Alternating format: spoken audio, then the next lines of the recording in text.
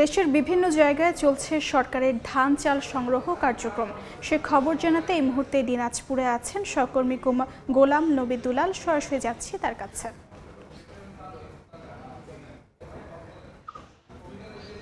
অভ্যন্তরীণ বোরো ধান চাল সংগ্রহ অভিযান দিনাজপুরে শুরু হয়েছে।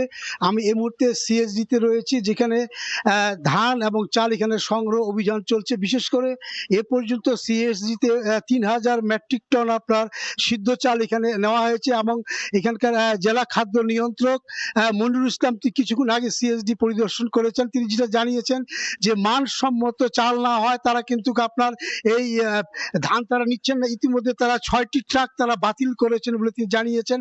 আরেকটা বিষয় হচ্ছে যে যেহেতু দিনাজপুরে ধানের যে আপনার এটা একটি লেট আপনার কাল্টিভেশন হওয়ার কারণে ধান এখনো আপনার সেভাবে নেওয়া হয়নি। তারা বলছেন যেহেতু ধান কাটা মারাই হতে একটু দেরি হবে, এই কারণে তারা এই মাসের শেষের দিক থেকে ধান সংগ্রহ তারা অভিযান শুরু করবেন।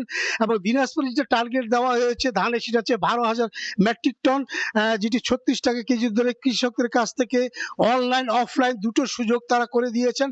এবং তারা যেটা বলছেন যে সিদ্ধ যেটা চাল সেটা হচ্ছে ৯৩,০০০ মেট্রিক টন চাল তারা এই দিনাজপুর থেকে তারা ক্রয় করবেন। এবং তারা যে লক্ষ্যমাত্রা পূরণের জন্য যারা খাদ্য নিরীক্ষক সেটা বলেছেন যে তারা দিনাজপুরে যে টার্গেট তারা দিয়েছেন সেটা তারা অবশ্যই এটা পূরণ করবেন।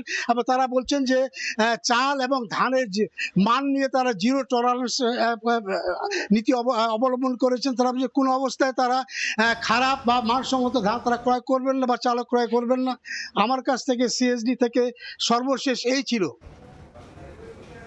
যুক্ত ছিলাম দিনাজপুরে।